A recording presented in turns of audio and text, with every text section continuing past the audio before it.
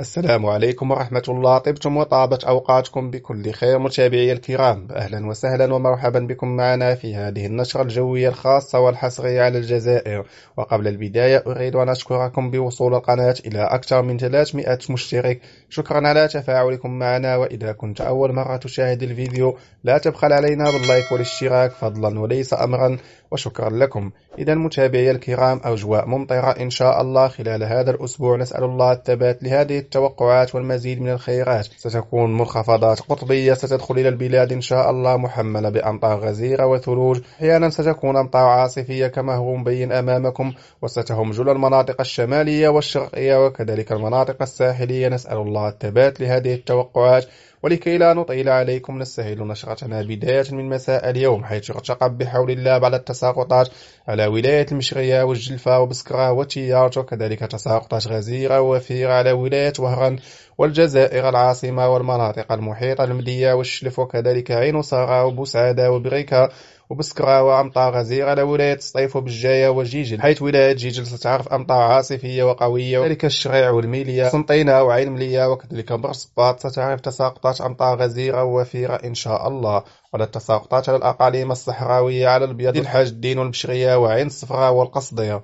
أما بالنسبة لتوقعات يوم غد الاثنين إن شاء الله، حيث ارتقب بحول الله استمرار أمطار الخير على البلاد كما هو مبين أمامكم، والمناطق المعنية بداية من ولاية العبادلة وبني عباس، وكذلك بعض التساقطات على أقصى المناطق الشمال الغربي على ولاية سيدي بن العباس وبهران وبلول. هذه المناطق ستعرف تساقطات مهمة هذا الأسبوع إن شاء الله، وبني صاف وكذلك عقار ومعسكر ومستغانم، وأمطار قوية على عمي موسى والشلف وعشاشة وتنية الحد وروينة وخميس مليانة. أمطار غزيرة وقوية إن شاء الله خلال هذا الأسبوع مع انخفاض في درجة الحرارة. أما باقي المناطق ستعرف استقرار خلال يوم غد إن شاء الله. بالنسبة لفترة الزوال، دائما من يوم غد إن شاء الله يرتقب بحول الله استمرار أمطار الخير على البلاد على الجلفة وأفلو وبلول وسيدي بن العباس وتيارت، وكذلك بعض القطارات على الشلف والمدية والجزائر العاصمة وتيزي والزو والمسيلة والسطيف وبجاية وجيجل، وبعض القطارات على قسنطينة وكذلك سكيكدا وبلول على سكيكدا وسوق أهراس وخنشلة وباتنا وبريكة وبوسعادة. أمطار إن شاء الله ستكون غزيرة ووفيرة، نسأل الله الثبات لهذه التوقعات. ما بالنسبة للمناطق الصحراوية، أجواء مستقرة وصافية إن شاء الله خلال يوم غد وكذلك الأيام القادمة كما هو مبين أمامكم. ما بالنسبة لتوقعات يوم الثلاثاء، أمطار إن شاء الله على المناطق الشمال الشرقي على سوق أهراس والماء والقالة وعنابة، ولا التساقطات على بني والبان وقسنطينة وبرصباط، وكذلك ثلوج كثيفة إن شاء الله على مرتفعات غاث العيون وعين البيضاء.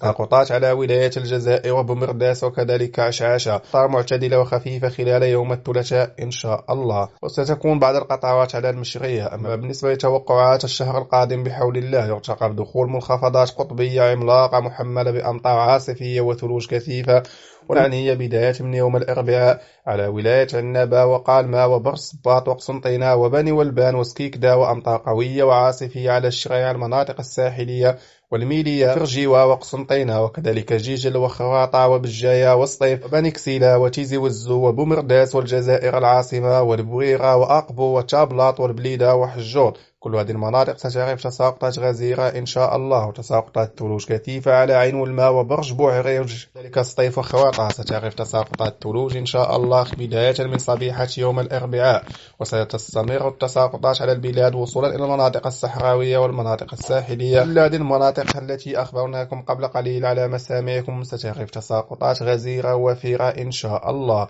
بالنسبة للتوقعات البعيدة المدى، يوم الخميس يرتقب بحول الله عودة الاستقرار مع بعض القطارات المتوسطة والمعتدلة على المناطق الساحلية التي عرفت تساقطات أو ستعرف تساقطات غزيرة خلال هذا الأسبوع. نسأل الله الثبات لهذه التوقعات.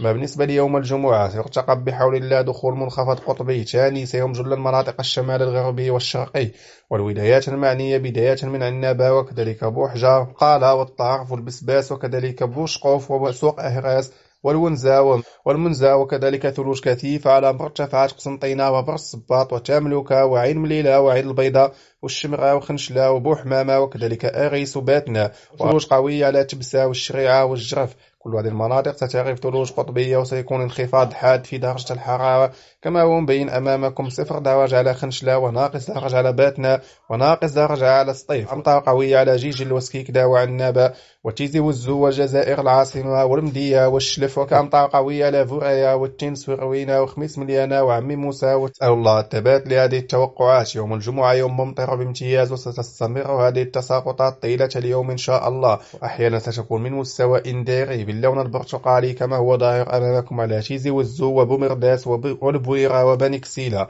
وكذلك أمطار على الجزائر المدية والشلف وتياج. وبهذا أعزائي المتابعين نكون قد وصلنا إلى نهاية النشرة. شكرا على حسن المتابعة، ولا تنسوا دعم القناة باللايك والاشتراك، وشكرا لكم.